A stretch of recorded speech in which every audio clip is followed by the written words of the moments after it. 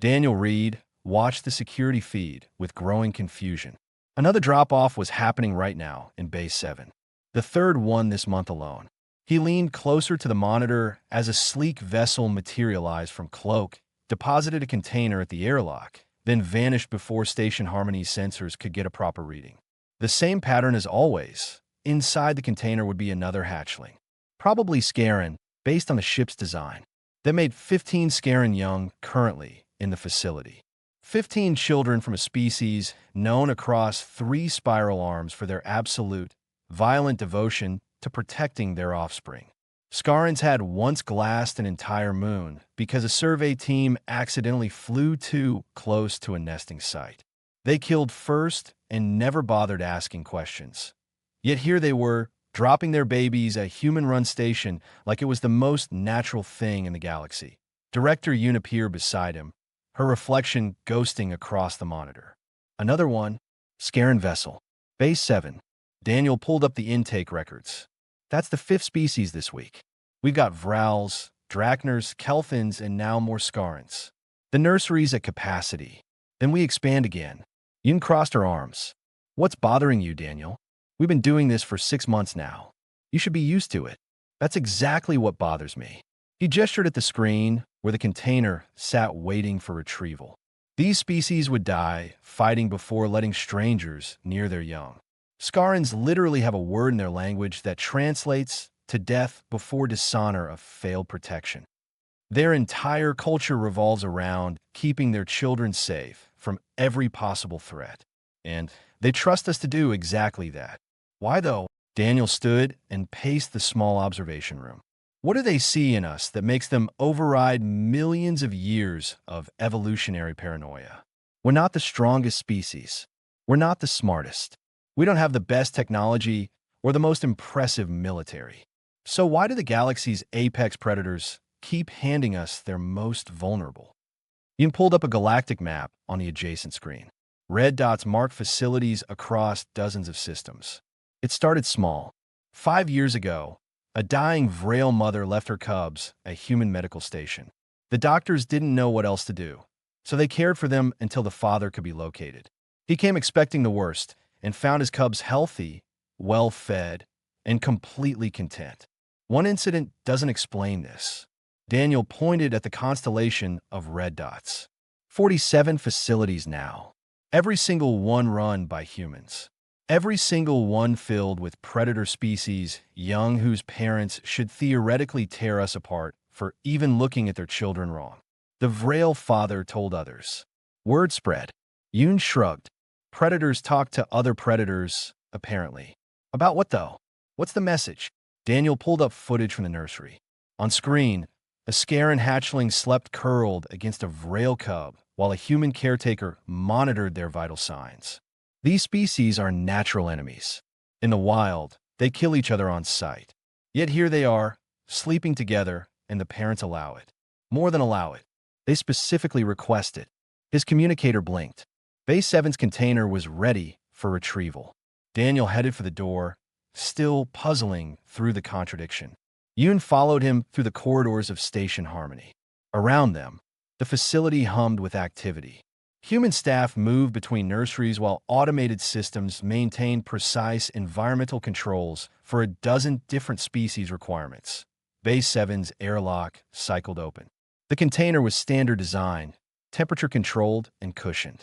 Daniel keyed in the release code, and the lid hissed open. Inside, wrapped in thermal blankets, a tiny Scaran hatchling blinked up at him with enormous golden eyes. The scales were still soft, barely darkened from their birth color. Maybe 3 weeks old. The hatchling made a sound somewhere between a chirp and a growl. Confused. Scared. Looking for parents who weren't there. Daniel's training kicked in. He'd spent years working with Earth wildlife before joining the xenobiology program. Orphan wolf cubs, bear cubs, even a mountain lion kitten once. The principles remained the same across species. Move slowly. Keep your voice calm. Let them know they're safe. He reached in carefully and lifted the hatchling out. It weighed maybe 5 pounds, all thin limbs and oversized head. The golden eyes tracked his movements, but the hatchling didn't struggle. Just watched. Waited. "Hey there, little one." Daniel cradled it against his chest, supporting the head. "I know you're scared. I know this isn't where you're supposed to be, but you're safe here. I promise." The hatchling's scales were warm against his skin. Its breathing gradually slowed from panicked to merely anxious. One small clawed hand gripped his shirt. Yun watched from the doorway. "You're good at this. I grew up rehabilitating orphaned animals." Daniel checked the hatchling's physical condition as he spoke. Eyes clear, no signs of malnutrition or injury. "My parents ran a wildlife sanctuary in Colorado. You learn to read what an animal needs, even when it can't tell you. These aren't animals. No, but the young ones still need the same basic things. Food, warmth, safety, and someone who gives a damn whether they live or die." He headed toward the nursery. The language might be different, but the fundamentals don't change. The nursery occupied the entire central ring of Station Harmony. Divided into climate-controlled zones, it currently housed 63 younglings from 19 different species. Human staff moved between them with practiced efficiency. Some fed infants, others played with toddlers, a few monitored medical equipment. Daniel carried the new hatchling to the Scaran section. Immediately, the other Scaran young perked up. They crowded around, chirping and clicking. The new arrival responded hesitantly, still scared but recognizing its own kind. "They always do this," one of the human caretakers said. Her name was Amy, former pediatric nurse from Luna Colony. The established ones welcomed the newcomers. Like they're saying, "We were scared too, but it's okay here." Daniel set the hatchling down in the heated sand pit. The others surrounded it, not threatening, just investigating. Within minutes, the new arrival was playing tentatively with a slightly older hatchling, batting at a rolling ball that he moved to the observation window. From here, he could see into multiple species areas. The Vrals rough-housed in their section. The Drachners practiced their hunting instincts on mechanical prey. The Kelthans groomed each other in a pile of soft nesting material. All species that would kill each other in the wild. All peaceful here under human supervision. That evening, Daniel couldn't sleep. He returned to the observation room and pulled up the security archives. Hours of footage, hundreds of drop-offs. He watched them all in fast-forward, looking for patterns. The ships always cloaked. The containers always carefully prepared. But something else caught his attention. If he enhanced the footage and ran it through analysis, he could sometimes catch glimpses of the ships lingering nearby after drop-off. Staying cloaked, but definitely present. They weren't abandoning their young. They were watching, observing the facility, studying the humans. Daniel zoomed in on one particular recording from 3 months back. A Scaran vessel had stayed in position for 6 hours after depositing a hatchling. The angle was such that its sensors would have perfect view into the nursery. They'd been watching Daniel work with not just the Scaran young, but others too. Watching him feed a Vrail cub. Watching him treat a Drachner's minor injury. Watching him rock a fussy Kelthan to sleep. The ship had left only after Daniel finished his shift and handed care over to the night staff. "They're testing us," he said aloud to the empty room. But for what? The pattern became clearer over the following weeks. Daniel spent every spare moment reviewing records, cross-referencing drop-off times with nursery activities, building a timeline that nobody else seemed interested in examining. Everyone just accepted the situation. Predators brought their young.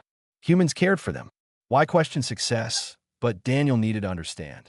He pulled Director Yoon into his office 3 weeks after the latest Scaran arrival. "I want to know how this started. The real story, not the short version." He spread printouts across his desk. "You said a dying Vrail mother 5 years ago. I need details." Yoon settled into the chair across from him. Her name was Kreshta. Trading vessel attacked by pirates near the outer markers. The ship was dying, life support failing. She managed to get her cubs into an escape pod and aimed it at the nearest registered facility. That happened to be Medical Station Kepler, human run. What did the staff do? Panicked mostly. Yoon smiled at the memory. They had no xenopediatric training. Vrals weren't even classified as sentient back then, just dangerous wildlife. But the cubs were dying from exposure and malnutrition. So the doctors did what doctors do. They researched, improvised, and kept them alive. Daniel leaned forward. "How long before the father arrived?" 3 weeks. Long enough for the cubs to recover fully. Long enough for them to bond with the human staff. Yun pulled up an image on her tablet. It showed 2 Vrail cubs barely bigger than house cats, curled up with a human doctor in a hospital bed. This is Dr. Park. She worked 16-hour shifts hand-feeding those cubs because they wouldn't eat otherwise. And when the father showed up, he brought a battle fleet, 20 ships, weapons charged, demanded his cubs immediately. Yun swiped to the next image. This is him seeing them for the first time after 3 weeks.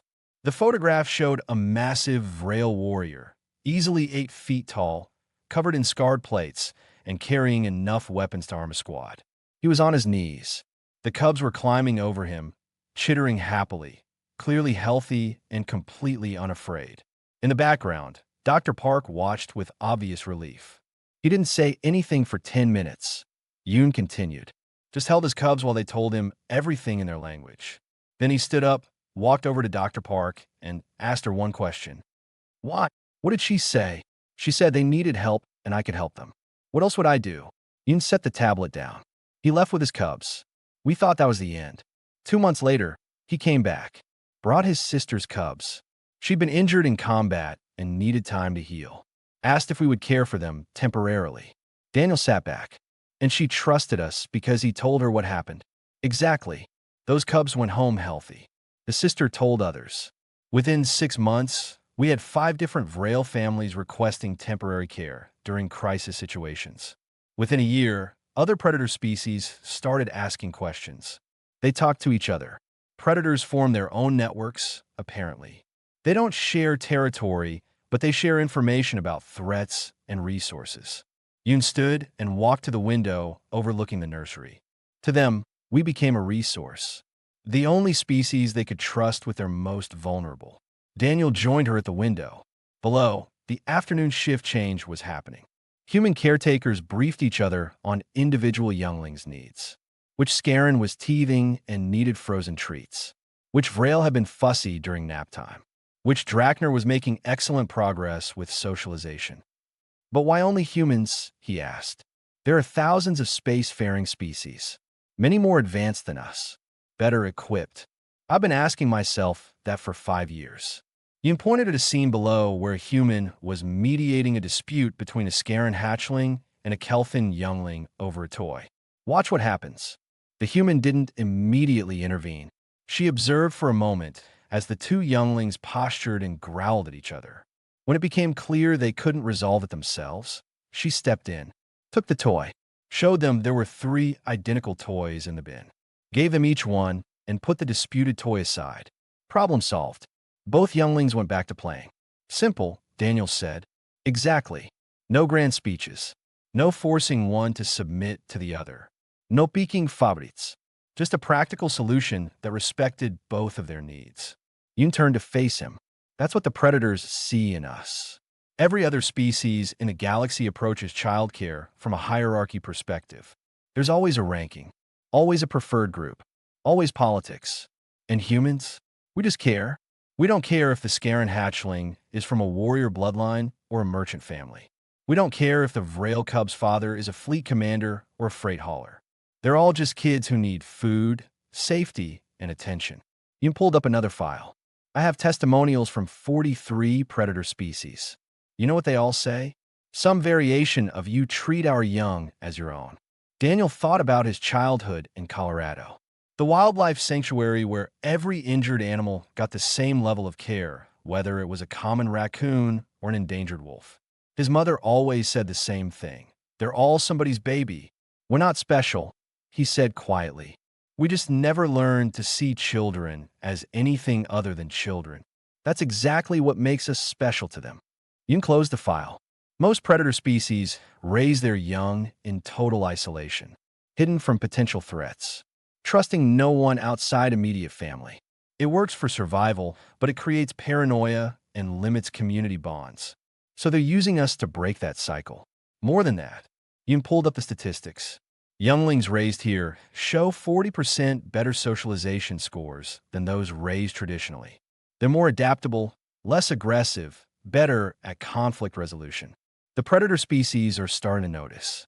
Some are keeping their young here longer than necessary, not because they need to, but because they want their children to have this experience. A commotion below drew their attention. A new arrival was being processed. Daniel recognized the ship design from the security feed. Drachner. But something was different. The parent was coming inside. They rushed down to the intake bay. A massive Drachner female stood in the airlock, her scaled hide bearing the scars of countless battles. She held her youngling carefully, her clawed hands surprisingly gentle. When she saw Daniel, she made a rumbling sound. The translator rendered it. "You are the one called Daniel Reed." "I am." He approached slowly, respectfully. Drachners were notoriously territorial. "I have watched you. 3 times I have brought my younglings here. 3 times I have observed from my ship how you care for them, how you care for all of them." She looked down at the youngling in her arms. "This is my youngest, my last. I need to hunt in the deep sectors for 6 months. In my culture, I would leave her with her eldest sibling. But I choose to leave her with you. We'll take good care of her." "I know." The Drachner female stepped closer. "That is why I come inside this time.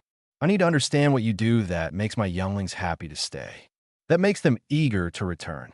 What magic is this?" Daniel took the youngling carefully. She was small for a Drachner, maybe 4 months old, already showing the sharp intelligence the species was known for. "No magic. We just pay attention. We learn what each individual needs and try to provide it. We make them feel safe. My eldest says you sing to them. Sometimes, if they can't sleep." Drachners do not sing. "Maybe they should." Daniel smiled. "Your daughter here loved it last time. Fell right asleep to an old earth lullaby." The Drachner female made a sound the translator couldn't parse, but her body language showed something like wonder. She reached out and gently touched her daughter's head, then stepped back. "I will return in 6 months. Teach her well, Daniel Reed. Teach her that the galaxy is not only hunting and survival. Teach her what I cannot." Then she was gone, back to her ship, leaving her most precious thing in human hands. Daniel looked down at the youngling who gazed up at him with bright, curious eyes. In the background, Yoon was already arranging the nursery assignment. The trust these species showed was heavy. But Daniel understood it now. They weren't leaving their young because they couldn't protect them. They were leaving them to learn something more important than protection. They were leaving them to learn how to live in a galaxy bigger than tooth and claw. The alarm started at 0400 station time. Daniel jerked awake in his quarters as red emergency lights flooded the room. His communicator was already screaming priority alerts before his feet hit the floor. "All personnel to emergency stations. Unknown vessels approaching. Military configuration." This is not a drill. He dressed in 30 seconds and ran for the command center. The corridors were chaos. Staff rushing to secure the younglings. Automated systems sealing nursery sections. Everyone moving with practiced efficiency despite the fear. The command center was crowded. Director Yoon stood at the main display, her face pale. On screen, 20 warships hung in space outside the station. Scaran configuration. Weapons systems active. They decloaked right on top of the station's position, which should have been impossible. Have they made contact? Daniel pushed through to Yoon's side. One message. They want to speak with whoever's in charge of youngling care. They specifically asked for you by name. She looked at him. "Daniel, those are battle cruisers. Each one carries enough firepower to crack this station like an egg. Have they made any aggressive moves?" "No. They're just sitting there, waiting." Daniel studied the formation. Classic Scaran battle spacing. Every angle covered. No approach vectors left undefended. But the weapons weren't locked on the station. They were facing outward, like the fleet was taking a defensive position. "Let me talk to them." That's insane. You're not trained for first contact situations with hostile forces. They're not acting hostile. They're acting protective. Daniel pointed at the screen. "Look at the formation. They're guarding us, not threatening us." Before Yoon could argue, the communication panel lit up. Incoming hail. She accepted it. The face that appeared was pure predator. Obsidian scales, eyes that glowed like molten gold, teeth that could bite through steel. Captain Rithal of the Scaran warrior fleet. His image filled the screen, with barely contained violence. Iam Rital. I would speak with Daniel Reed. I'm here. Daniel stepped forward. His heart hammered, but he kept his voice steady.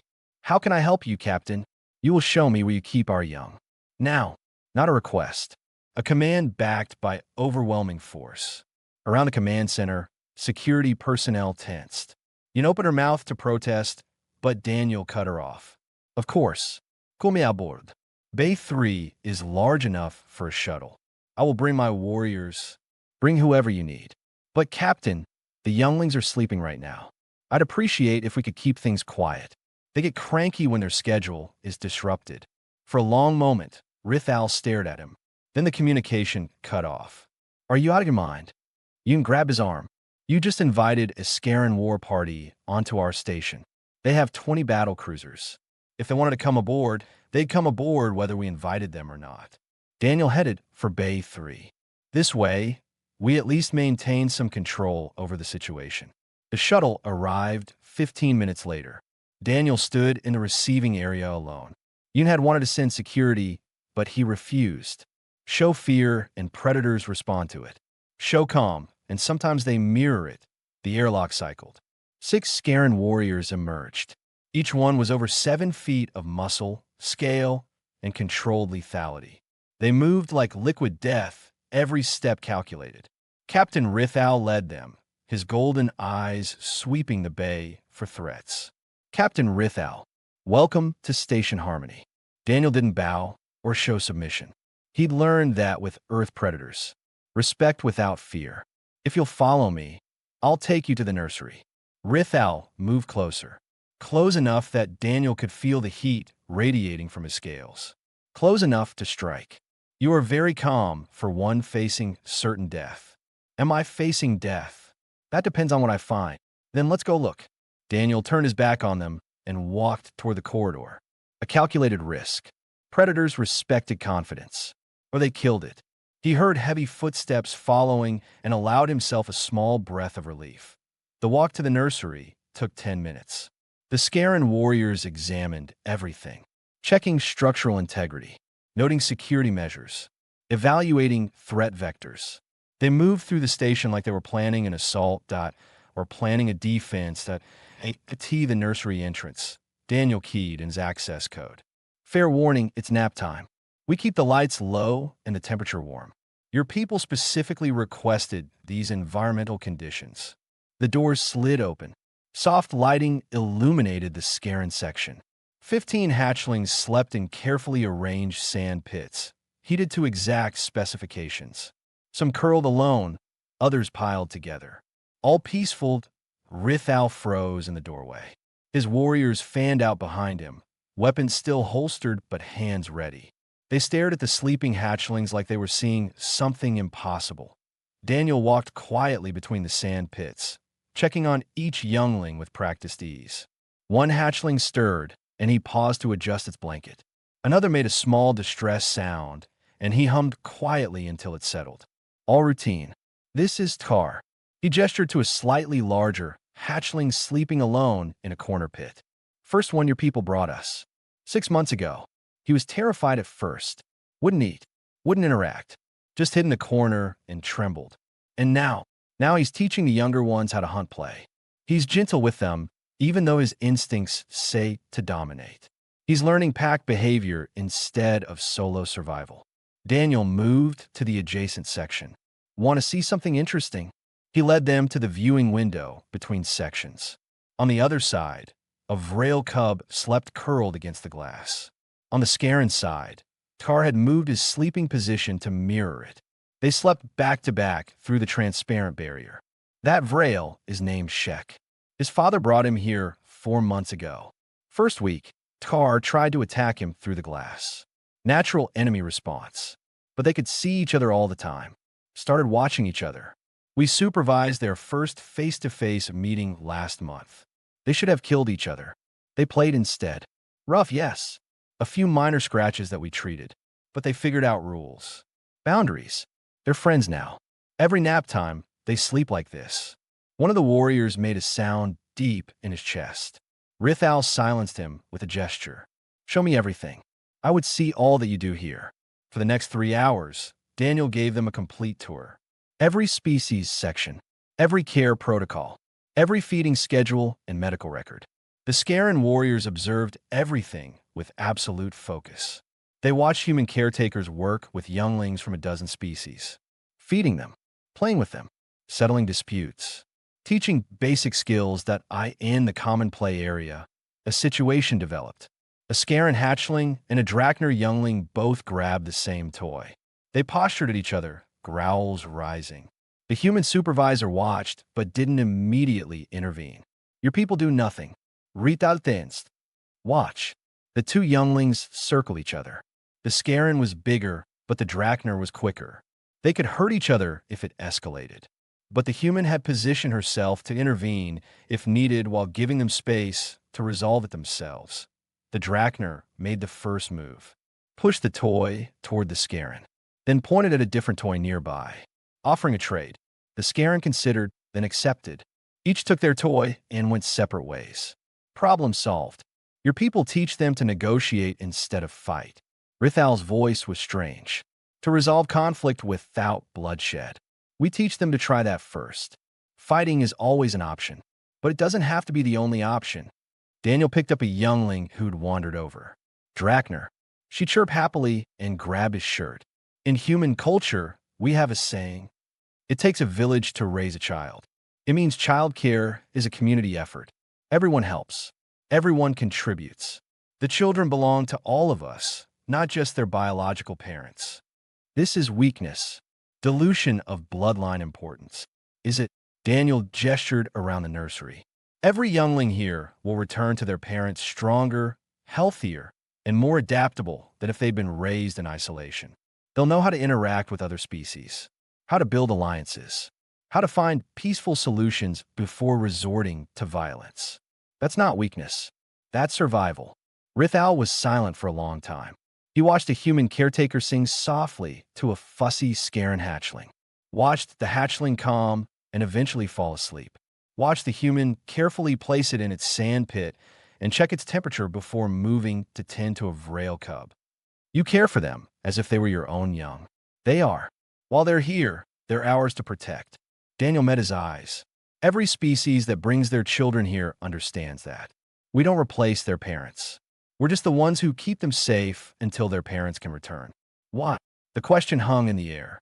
Daniel thought about all the answers he could give. About human evolution and cooperative childcare. About game theory and building alliances. About cultural values and moral philosophy. But the truth was simpler than that. Because they're children, and because we can. Rithal stared at him for a long moment, then turned to his warriors. We leave. Now. They filed out in silence. Daniel followed them back to Bay 3, still carrying the Drachner youngling who'd fallen asleep against his shoulder. At the airlock, Rithal paused. You have answered many questions, Daniel Reed, but you have raised many more. Will you attack us? No. The Scaran captain looked at the sleeping youngling. But we will watch. We will observe. And we will learn what you are teaching our young. You're welcome to visit anytime. The parents usually do. I'm not a parent. Rithal boarded his shuttle. I'm a warrior. But perhaps that is why I needed to see this most of all. The fleet departed an hour later. Station Harmony slowly returned to normal operations. Daniel stood in the observation deck, watching the warships jump to faster than light, wondering what exactly had just happened. 3 days later, 6 more Scaran hatchlings arrived. And this time, the parents stayed to watch. The distress call came during morning feeding. Daniel was helping a Scaran hatchling learn to use utensils when the station-wide broadcast interrupted everything. Emergency bulletin. Hostage situation on Freehaven Colony. Korvax syndicate raiders have seized a civilian shelter. Casualties reported. All vessels in range are advised to avoid the sector. Daniel's blood went cold. Freehaven was primarily a human colony, but it housed families from dozens of species. He pulled up the news feed on his datapad. The reports were fragmentary, but clear enough. Pirates had hit the colony's main settlement. When security responded, they'd grabbed civilians and barricaded themselves in a school building. Among the hostages were children, multiple species. including humans. Around the nursery, the human staff listened to the updates with growing horror. The Galactic Council was convening. Negotiators were being dispatched. Standard protocols were being followed. Everything moved with bureaucratic slowness while children sat in danger. The council will handle it, Director Yun said, but her voice lacked conviction. They have procedures for these situations. How long do the procedures take? Days, sometimes weeks. They have to build consensus among member species, coordinate military assets, ensure proper jurisdiction. Daniel watched the news feed. The pirates had already killed 2 hostages to prove their seriousness. They were demanding a fortune in credits and safe passage out of council space. The debate raged about whether to negotiate or use force. Politics and procedure. While children were terrified and bleeding, he went back to his duties because there was nothing else he could do. Fed the younglings. Changed the ones who needed it. Supervised playtime. All routine, while his mind screamed that somewhere children needed help, and the galaxy's response was to form committees. 4 hours later, everything changed. The first ship to arrive at Freehaven was Scarin, then Vrail, then Drakner. Within an hour, 15 predator species fleets had converged on the colony. No council authorization, no diplomatic protocols, no warning to the pirates. They simply acted. Daniel watched it happen on the news feeds. The coordinated assault lasted 17 minutes. Scaran warriors breached from above. Vrals tunneled in from below. Drakners hacked the security systems. Every predator species contributed their unique capabilities to a single purpose. The pirates didn't stand a chance. Every hostage extracted alive. Every pirate dead. The raider base on the edge of the system destroyed so thoroughly that debris would scatter for years. Not a single predator casualty. It was the most efficient military operation the galaxy had seen in decades, and it was completely illegal by council law. The galactic news networks erupted. Representatives from dozens of species condemned the unauthorized action. The council called emergency sessions. Accusations of vigilante justice and violation of territorial sovereignty flew. The predator species ambassadors were summoned to explain themselves. Every single one gave the same answer. Ask the humans. That's when Daniel's communicator started receiving calls from government officials, news organizations, and council representatives. They all wanted to know what the humans had done to convince natural enemies to cooperate in military action. What influence were humans exerting over the predator species? What political game was being played? Director Yun took most of the calls while Daniel tried to process what had happened. He was sitting in the observation room, watching Scaran hatchlings play with Vrail cubs, when his screen lit up with an incoming priority message. Encrypted. Scaran military codes that he accepted it. Captain Rithal's face appeared. Daniel read. I assume you have seen the news. I have. What happened? We learned. Rithal's expression was difficult to read. We watched you care for vulnerable young of many species. We watched you treat all as worthy of protection. We watched you respond to need without first calculating political advantage. That was a military operation. We're just running a nursery. You showed us a principle. We applied it to a broader context. Rithal leaned forward. For generations, my people have believed that protecting our young required isolation. Trust no one. Defend alone. It made us strong, but it limited us. We could not build alliances because we could not overcome the instinct to see all others as threats. And now we have watched humans care for our young alongside the young of our traditional enemies. We have seen these younglings grow up together, learn together, play together. They do not hate each other because you do not teach them to hate. Rital Post. When news came of human children in danger, we did not calculate the political cost. We did not convene councils or debate proper procedure. We simply acted, because that is what you taught us. Young of any species deserve protection. Daniel sat back, trying to understand the implications. You coordinated with Vrals, with Drakners, species you've been fighting for centuries. We found common cause. Human children were in danger. Our own young are in your care. The young of all our species learn together in your facilities. This created a connection we did not expect. Rithal showed teeth in what might have been a smile. The Vrail commander and I have already exchanged insults over whose warriors performed better in the extraction. But we also exchanged tactical assessments for potential future cooperation. This would have been unthinkable before. More calls came in. Vrals, Drachners, Kelthans, every predator species that had participated in the rescue, all telling similar stories. They'd acted on instinct when human children were threatened. Only afterward did they realize they'd done something unprecedented. They'd worked together across ancient enemy lines, and it had felt right. The galactic reaction was predictable chaos. The Council demanded explanations. Prey species expressed concern about predator alliance. Some called it the beginning of a military coup. Others saw it as vigilantism run wild. Everyone agreed something fundamental had shifted in galactic politics. Daniel just saw it as parents protecting children. 2 weeks later, formal charges were dropped against the predator fleets. Too complicated to prosecute, the Council claimed. Too many jurisdictional questions. The pirates had been operating illegally anyway, and the hostages were safe. Better to move forward than dwell on procedural violations. But the real reason was simpler. Public opinion across the galaxy overwhelmingly supported what the predators had done, especially among species who had children in human facilities. When your child's playmate is in danger, old species rivalries matter less. The younglings at Station Harmony seemed to sense something had changed. They were more active, more confident. The Scaran hatchlings played rougher with the Vrail cubs, but nobody got seriously hurt. The Drachners taught the Kelthans hunting games.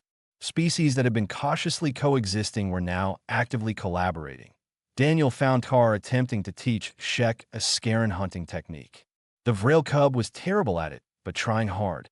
Tar was patient, demonstrating repeatedly. When Shek finally got it right, they both celebrated together. They're imitating what they saw, Amy observed. The adults worked together to rescue children. Now, the children want to work together too. Director Yin called a staff meeting. We're getting requests from 70 more species to open facilities. The Council is fast-tracking approval for expanded operations. They want to make this official. The Galactic Child Care Initiative sanctioned and funded. That's good, right? One of the caretakers asked. It's complicated. Some species see this as humans gaining too much influence. Others worry about predators becoming too coordinated. There's talk of restrictions, oversight committees, limiting which species can participate. Daniel shook his head. That misses the entire point. This works because it's simple. Children need care. We provide it. No politics. No agenda. Just basic decency. Try explaining that to the Council. They don't think in terms of basic decency. They think in terms of power balance and strategic advantage.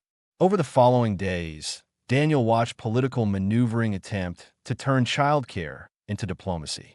Proposals for human-only facilities segregated by species.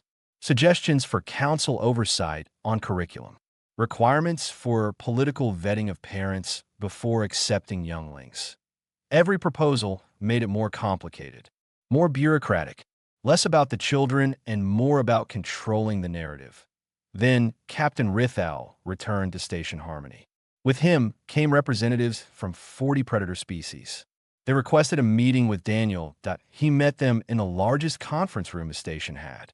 40 of the galaxy's most dangerous beings, all focused on him. The Council attempts to regulate what we have built here, Rithal began. They seek to control it, to make it serve political purposes. We reject this. A Vrail commander stepped forward. My cubs have thrived under human care. They have learned things I could never teach them. I will not allow bureaucrats to destroy this for political advantage. One by one, the predators spoke, all saying the same thing. The facilities must continue as they were. No interference, no political oversight. Just humans doing what humans do best, caring for young who need care. You want us to refuse Council oversight?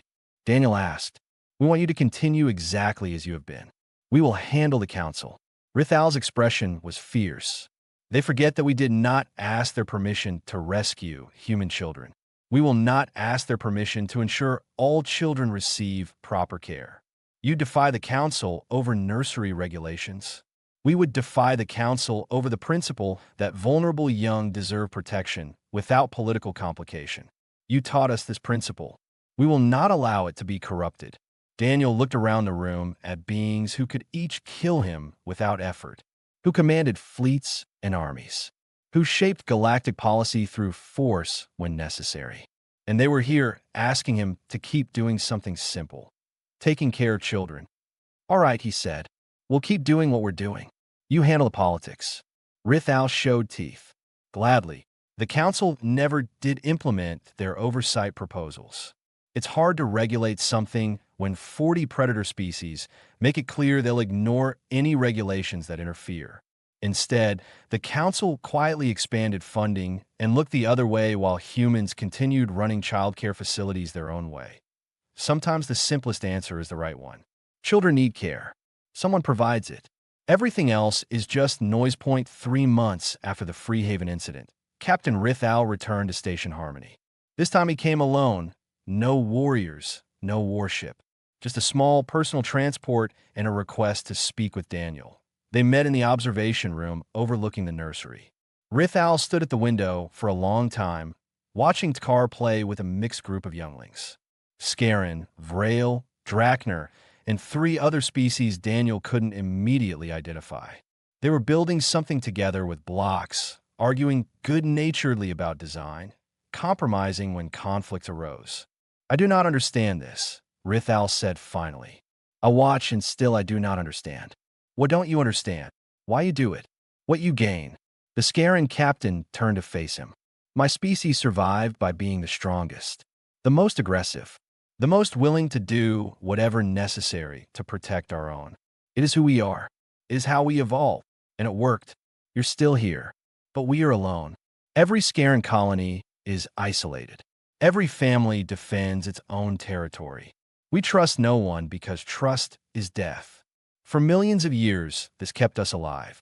Rithal gestured at the window. Then I see Car down there, playing with a Vrail, sharing with a Drakner. Happy in ways I have never seen a Scarin hatchling be happy. And I do not understand how this is possible. Daniel leaned against the window. What did your childhood look like? Training. Combat preparation from the moment I could walk. Learning to fight, to hunt, to kill. Learning that everything outside my family would kill me if given the chance. Learning to trust no one. Were you happy? Rithal was quiet for a moment. Happiness was not a consideration. Survival was all that mattered. And now you're a warrior. A successful one. You command a fleet. You've survived everything your culture prepared you for. Daniel pointed at Tar. But that hatchling down there will survive and have something you never had. Friend from other species. Understanding that the galaxy isn't just predator and prey. Knowledge that cooperation is another form of strength. This is what you teach them. We don't teach it. We just create the conditions where they can learn it themselves. Daniel pulled up some footage on his datapad. Look at this. From 2 weeks ago, the video showed a small Kelthan youngling trying to climb up to a toy on a high shelf. Too small to reach it. The youngling tried several times, failed, sat down looking defeated. Then Tkar wandered over, observed the problem, climbed up and knocked the toy down where the Kelthan could reach it. Tkar gains nothing from this, Rithal observed. The toy is not his. The Kelthan is not his kin. Why help? Because he could. Because the Kelthan needed help, and he was there to provide it. Daniel showed another clip. This is from yesterday. Tkar trying to work a puzzle that requires color matching. But Scarins are partially colorblind. He was getting frustrated. In the video, Shek the Vrail cub approached, watched Car struggle, then started pointing at the correct pieces. Working together, they solved the puzzle. Shek helped because Tar helps him, Rithal said. It is reciprocal, like an alliance. It's more than that. It's community. They help each other because they've learned that's what you do in a community. Not for immediate gain, not because of formal alliance, just because helping each other makes life better for everyone. Rithal returned his attention to the nursery. A human caretaker was settling a dispute between younglings. Nothing violent, just a disagreement about game rules. The caretaker listened to both sides, asked questions, helped them reach a compromise where both felt heard. Your people do this naturally, Rithal said. This caring for others. This building of community. How? Daniel thought about his answer carefully. Humans evolved as cooperative hunters. We weren't the biggest or strongest or fastest. We survived by working together. We raised our young communally because that's what worked. Over thousands of generations, we developed instincts for cooperation, for reading each other's needs, for building social bonds. But these are not your young. They are not even your species. Doesn't matter. Our instincts don't discriminate. When we see something vulnerable that needs care, we want to help it. It's just how we're built. Daniel smiled. My grandmother used to rescue injured birds when I was a child. Didn't matter what species. Didn't matter if they'd ever fly again. She just couldn't stand seeing something hurt and not try to help. This seems inefficient, maybe, but it also means we can build communities across species lines.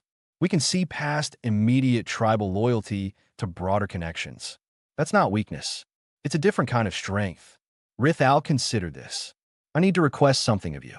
Something unusual. Go ahead. I want you to teach me, and others like me, warriors from predator species who need to understand this. He gestured at the nursery. We are sending our young here, and they're changing, becoming something we do not understand. We need to understand it too, or the gap between generations will be too great. You want childcare training. I want to learn what you know about caring for vulnerable beings, about building communities, about teaching cooperation instead of competition. Rithal looked uncomfortable. My people mock weakness. We see caring as a liability. But I have watched what happens when children learn differently. I have seen the results. And I want to learn your ways. Daniel stood straighter. This was unprecedented. A Scaran warrior asking to learn gentleness. It won't be easy. Your instincts will fight you every step. All worthwhile things are difficult. Over the following weeks, Daniel created a training program. Not just for Rithal, but for representatives from 15 predator species. Warriors and hunters who decided their young were learning something valuable and they needed to understand it. The first sessions were awkward. Daniel put Rithal in the nursery with a mixed group of younglings and told him to supervise playtime. Within 5 minutes, the Scaran captain had organized them into military drills. The younglings were confused and unhappy. This is what I know, Rithal said, frustrated. Structure, discipline, order through strength. They're 3 years old. They need play, not boot camp. Daniel demonstrated. Sat down with the younglings. Asked what they wanted to do. Listened to their ideas. Facilitated their game without dictating it. The younglings relaxed and went back to playing happily. You let them make their own choices. Within safe boundaries, yes. They need to learn to make decisions. To negotiate with each other. To handle minor conflicts themselves before adults intervene. That's how they develop social skills. Rithal tried again. This time he sat down with the younglings, but didn't immediately impose structure. He watched, observed. When a conflict arose over a toy, he waited. Let them try to work it out. Only stepped in when it became clear they needed help. Then he asked questions instead of giving orders. Why do you want that toy? How do you think your friend feels? What could you both do to solve this? The younglings worked it out themselves. Rithal looked amazed. They are capable of this already. They just needed space to try. Exactly. Most of what we do is create safe space for them to learn. We don't teach them everything. We guide them while they figure things out. The training continued.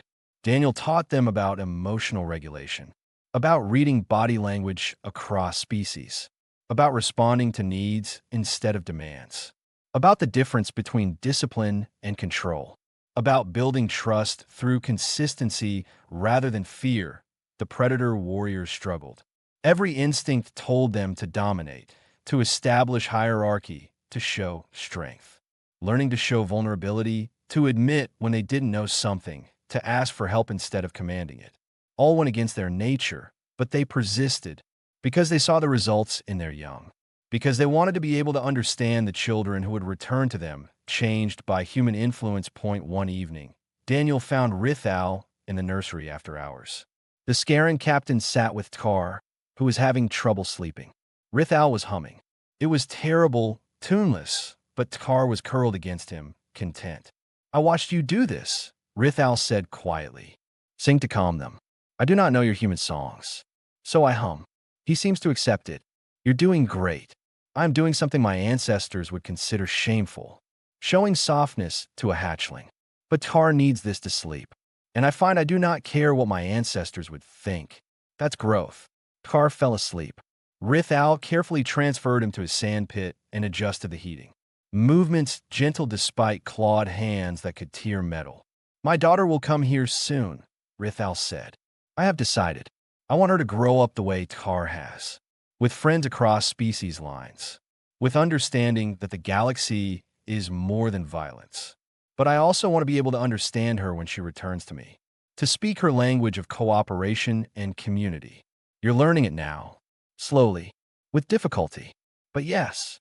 Rithal looked at his hands, designed for killing, now used for comfort. You have weaponized something I thought was weakness. You have made caring into a force that changes species relationships. Changes individuals. Changes the entire galaxy's approach to child rearing and community building. We just take care of children. No, you take care of all children. That is the difference. That is the weapon. Rithal met his eyes, and we're learning to wield it too. The training program expanded. More predator species wanted to learn. Not just warriors, but parents, educators, community leaders. They came to Station Harmony to understand what their children were experiencing, to learn a different approach to raising young, to see if they could build communities like humans did. Some struggled more than others. Some never quite got it, but enough succeeded that change began spreading. Scaran colonies started implementing communal childcare. Vrail families began cooperating with neighbors. Drakner settlements experimented with mixed-species education, small changes.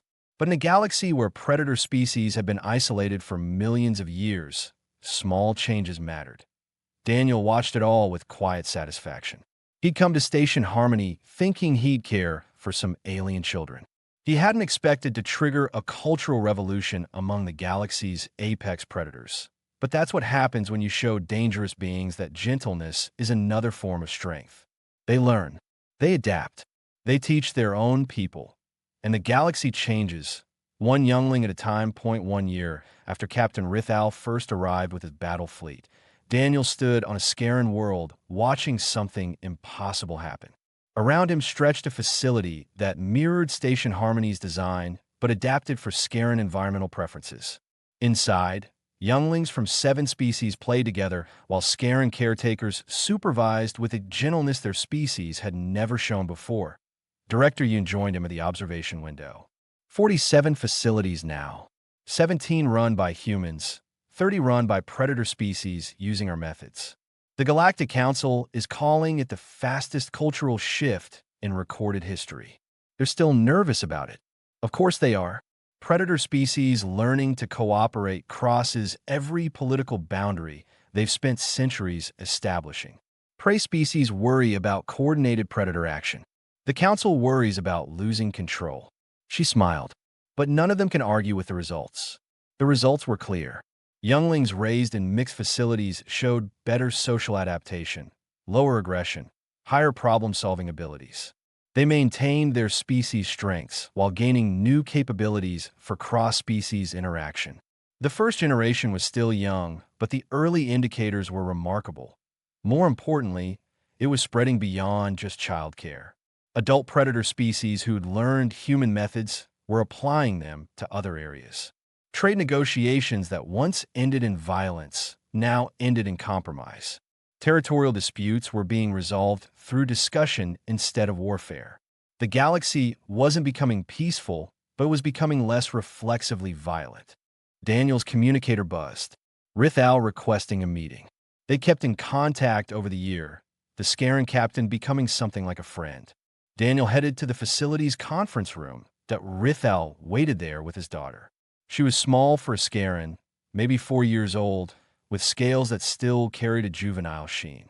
She stood close to her father, but watched Daniel with curious golden eyes that lacked the predatory edge adult Scarans carried. Daniel Reed, you remember my daughter, Shuri? Of course. Last time I saw you, you were barely walking. Daniel crouched to her level. You've grown. Shari chirped something in Scaran. Rital translativ. She says you're the one father talks about. The human who taught him to be gentle. Your father taught himself. I just showed him it was possible.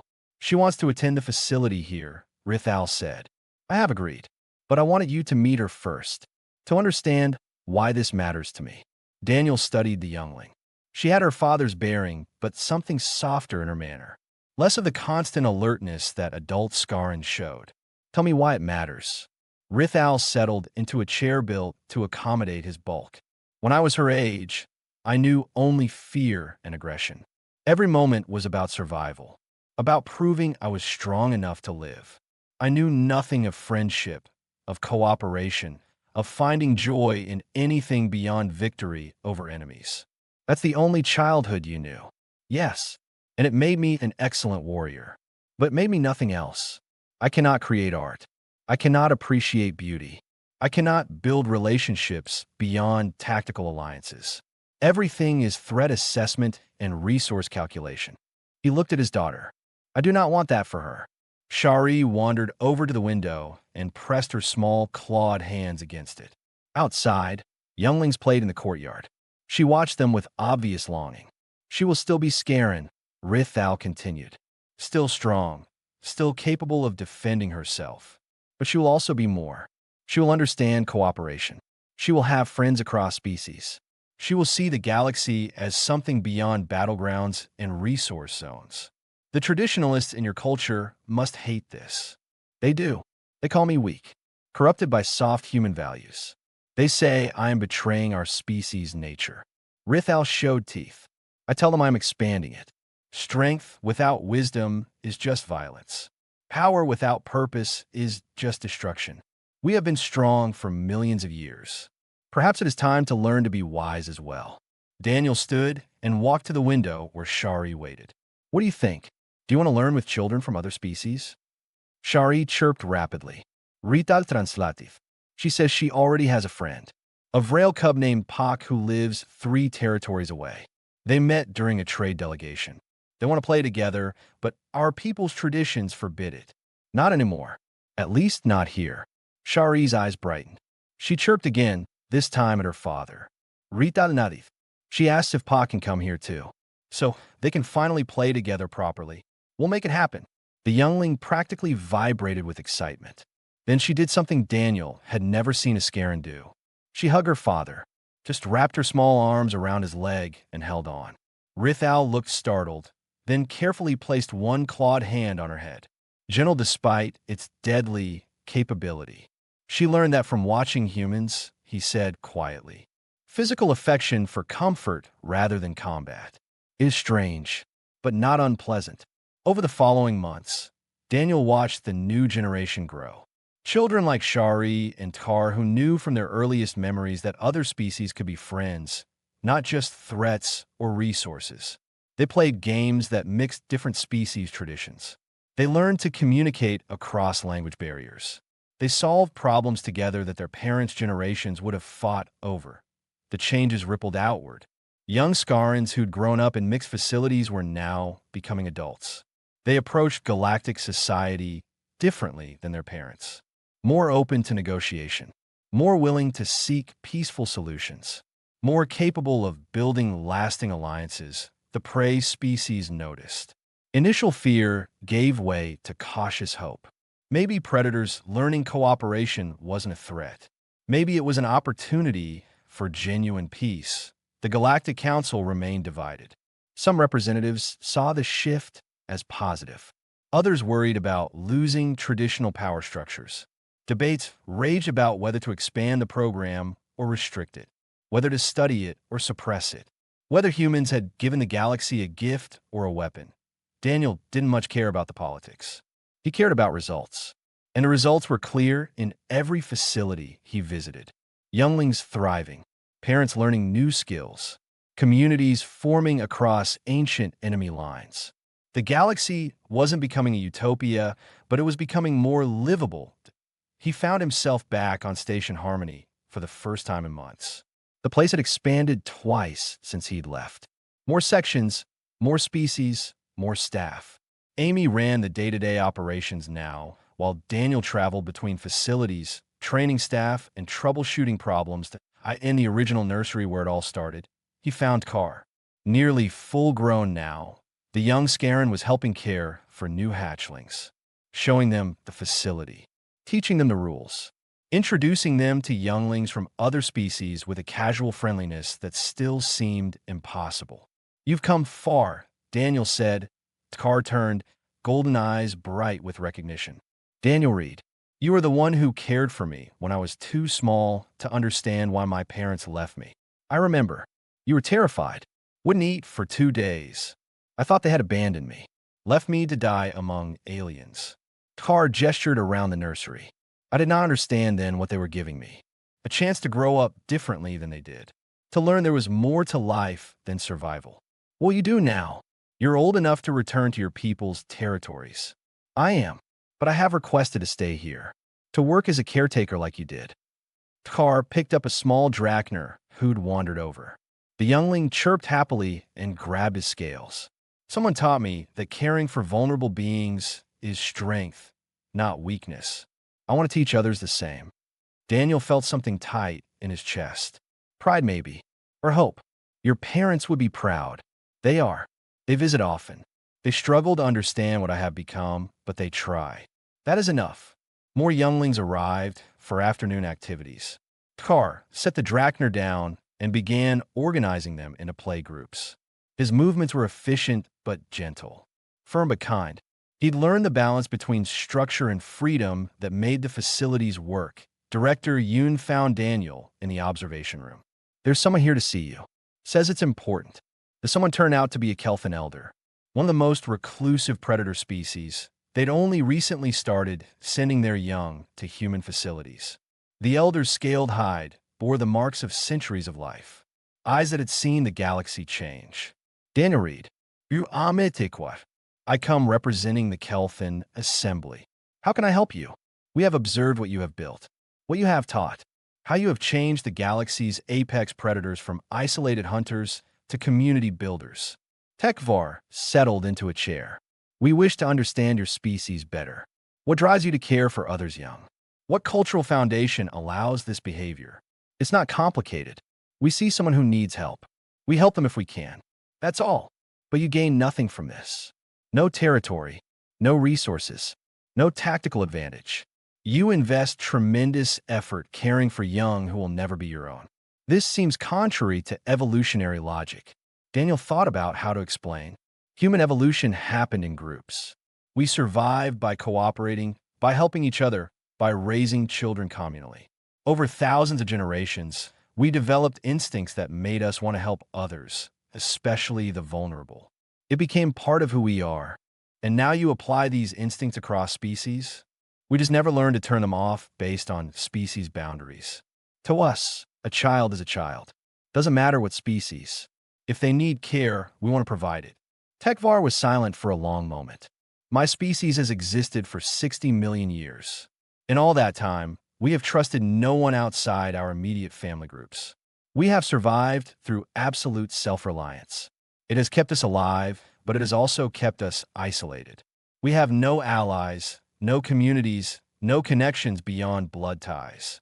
And now you want to change that. We watch the younglings who attend your facilities. They return home different, more adaptable, more capable of forming relationships, better equipped for a galaxy that is more complicated than tooth and claw." The elder leaned forward. "We wish to learn your methods, to transform our approach to raising young. But we do not know if it is possible. Can species like mine, evolve for isolation, learn to build communities? I don't know," Daniel admitted. "But I think trying is worthwhile. Even if you only partially succeed, even if only some of your people embrace it, that's still progress. Then we will try. We will build facilities. Send our young to learn. Train our adults in your methods. We will see if 60 million years of isolation can be overcome by one generation's willingness to be different." As Tekvar left, Daniel returned to the observation window. Below, younglings from a dozen species played together, learning cooperation, building friendships, developing skills their parents never had. That he thought about the question he'd asked a year ago. Why did the galaxy's fiercest predators leave their young with humans? The answer was simpler than he'd realized. They saw in humans something they'd lost or never had: the ability to care beyond immediate family, the willingness to protect vulnerability rather than exploit it, the strength to be gentle when gentleness mattered. And they wanted their children to learn it too. The galaxy hadn't become peaceful. Violence still existed. Species still had conflicts. But now there was another option, another path. Children who grew up with friends across species lines became adults who tried negotiation before warfare. Parents who learned human methods taught their own communities different approaches. Change came slowly, one child at a time, one facility at a time, one former enemy learning to cooperate at a time. Daniel watched Carr comfort a crying hatchling, watched Shari and Pak play together despite their species' ancient rivalry, watched human caretakers move through the nursery with practiced compassion, treating every youngling as precious regardless of species. This was humanity's greatest weapon. Not technology or military might, not economic power or political influence. Just the simple, stubborn insistence that all children deserve care, protection, and a chance to grow up in a galaxy that offered more than just survival. The predators had killed for their young for millions of years. Now, they were learning there was